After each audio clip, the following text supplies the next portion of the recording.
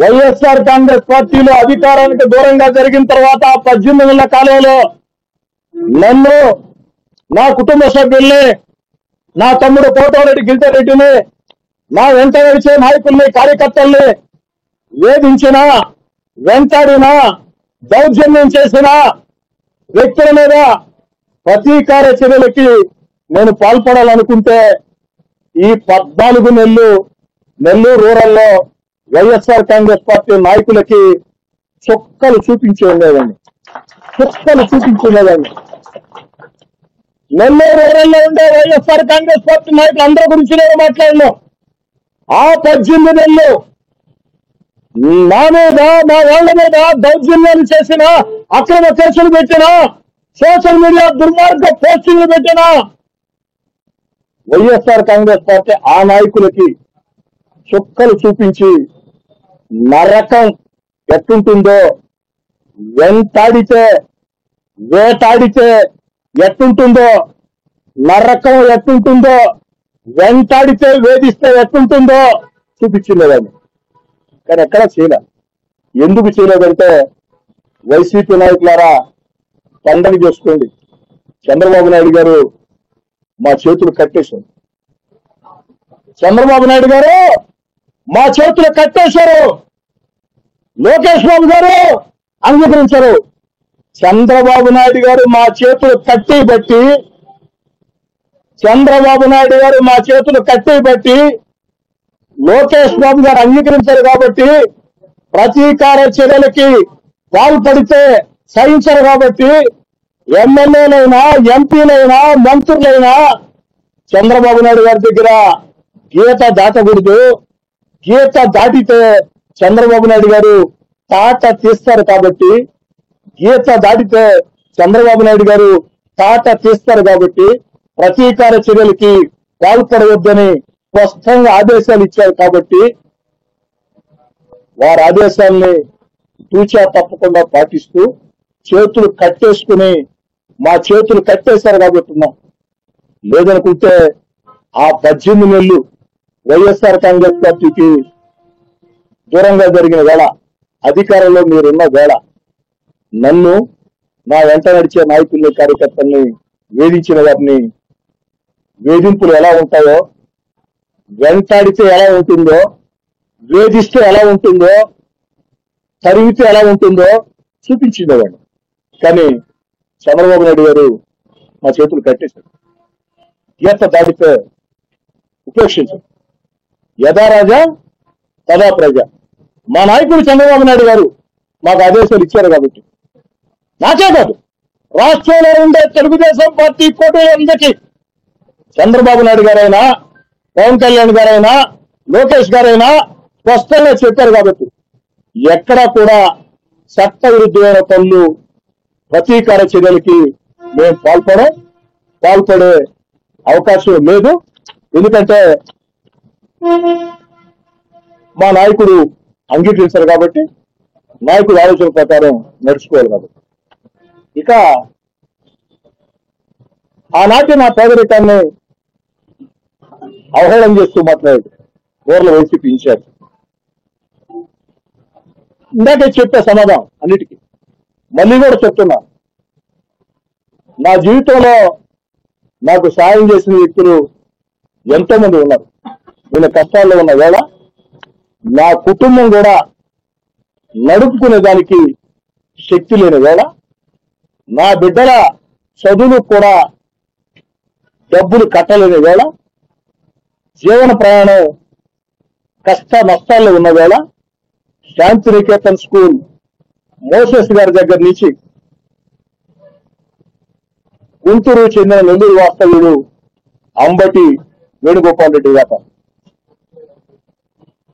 బెంగళూరు చెందిన నెల్లూరు వాస్తవ్యుడు పల్లంపర్తి శ్యామకుమార్ రెడ్డి దగ్గర నుంచి, నెల్లూరు చెందిన బెంగళూరు వాస్తవ్యుడు కలువాయి బాలకృష్ణారెడ్డి గారు ఎంతో మంది సాయం చేశారు. ఇలాంటి 100 మంది సాయం చేశారు. అందుకే నేను కార్యకర్తల రాజకీయాల్లో ప్రేమిస్తా. కార్యకర్తల భుజం మీద చేయేసి నవ్వితే సరిపోదు, ఓ రాజకీయ కార్యకర్త, రాజకీయ నాయకుడికైనా పార్టీకైనా అత్యంత ముఖ్యం. ఆ రాజకీయ వ్యామోహం వెనుక, ఆ తెల్ల చొక్కా వెనుక, ఆ రాజకీయంగా తిరిగే కార్యకర్తల ఇంట్లో ఉండే బాధలు, నష్టాలు, కష్టాలు, కన్నీళ్లు నా జీవితంలో అనుభవించాను. కాబట్టి కేవలం కార్యకర్తల్ని భుజం తట్టి శభాష్ అంటే కుదరదు. జెండా మోసేదని కార్యకర్త, పోలింగ్ బూత్ లో ఏజెంట్ కార్యకర్త, నాయకులు వీధుల్లో పోతే జనాల్ని సమీకరించేదని కార్యకర్త, ఎన్నికలు వస్తే నాయకుడికి జిందాబాదు చెప్పేది కార్యకర్త, కార్యక్రమం విజయవంతం కావాలంటే కార్యకర్త, పార్టీ కార్యక్రమాలకు పిలుపునిస్తే విజయవంతం చేసేది కార్యకర్త. ఆ కార్యకర్త, రాజకీయ కార్యకర్తలందరూ బ్రహ్మాండంగా ఉంటారని ఒక అభిప్రాయం. అది అబద్ధం. నా జీవితంలో ఆ రాజకీయ కార్యకర్తగా నేనే కష్టాలు పడ్డాను. కాబట్టి నాకు అవకాశం ఇచ్చిన రోజు నెల్లూరు రూరల్ నియోజకవర్గంలో కొన్ని వందల మంది రాజకీయ కార్యకర్తలకి, నా వెంట నడిచే నాయకులు, కార్యకర్తలకి ఆర్థికంగా నేరుగా నేనే సాయం చేసి ఉన్నా. కార్యకర్త భుజం మీద చేయేసో, బొగ్గగిల్లో, కొట్టదట్టో శభాష్ అంటే కుదరదు. రాజకీయాల్లో తిరిగే వ్యక్తుల్లో 95% మంది వ్యక్తుల కుటుంబంలో కష్టాలు ఉంటాయి, నష్టాలు ఉంటాయి, కన్నీళ్లు ఉంటాయి.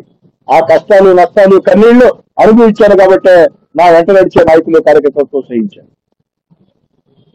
కాబట్టి దీన్ని రూరల్ వైసీపీ నాయకులు, రూరల్ వైసీపీ ఇన్ఛార్జ్ గుర్తుంచుకుంటే బాగుంటుంది. చంద్రబాబు నాయుడు గారు చేతులు కట్టేశారని, లోకేష్ బాబు గారు అంగీకరించారని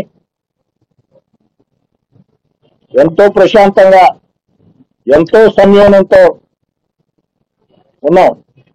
వైసీపీ నేతలారా కెలకొద్దు, వైసీపీ నేతలారా కెలకొద్దు. రండి, ఆరోగ్యవంతమైన రాజకీయాలు చేద్దాం. చిల్లర మాటలు, చిల్లర రాజకీయాలు.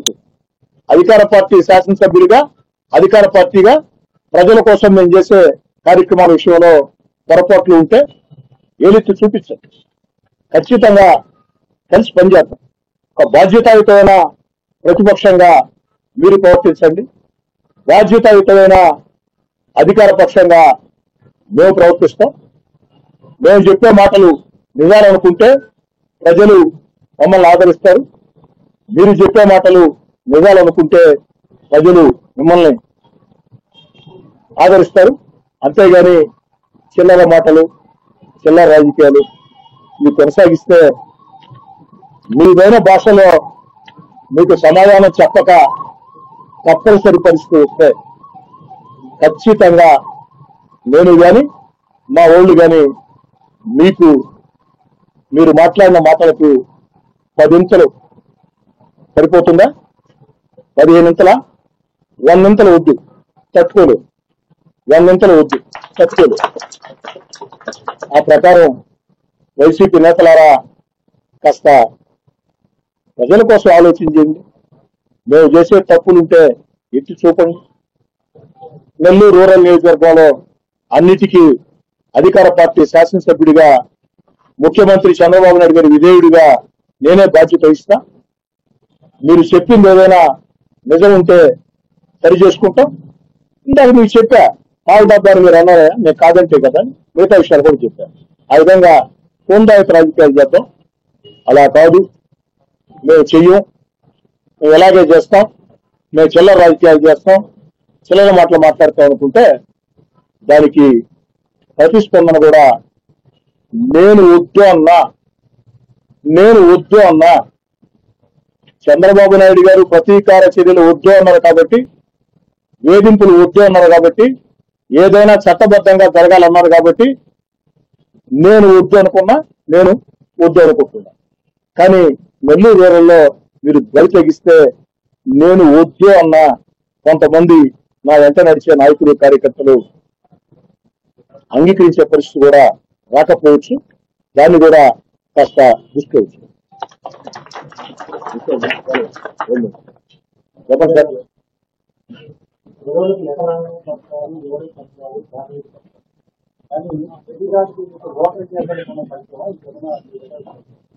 రెండు వేల 14 నేను ఎమ్మెల్యేనయ్యా. నా వీధి అప్పటికే స్పీకర్ జైల్లో ఉన్నాడు, అప్పటికే జైల్లో ఉన్నాడు. ఓటర్ కూడా కానట్టే కదా. నన్ను ఇష్టపడే కుటుంబాలు ఉంటాయండి. నెల్లూరు నగర, రూరల్ జిల్లా అంతా ఒకటి ఉంటాయి. నేను పరిచయం ఇష్టపడతాను, కొంతమంది ఇష్టపడరు, ఎన్నో ఉంటాయి. ఇష్టపడే వాళ్ళు ఎందుకు ఇష్టపడతారంటే వాడు కారణం చెప్పాలా, ఇష్టపడిన వాళ్ళు ఎందుకు ఇష్టపడతారంటే వాడు కారణం చెప్పాలి.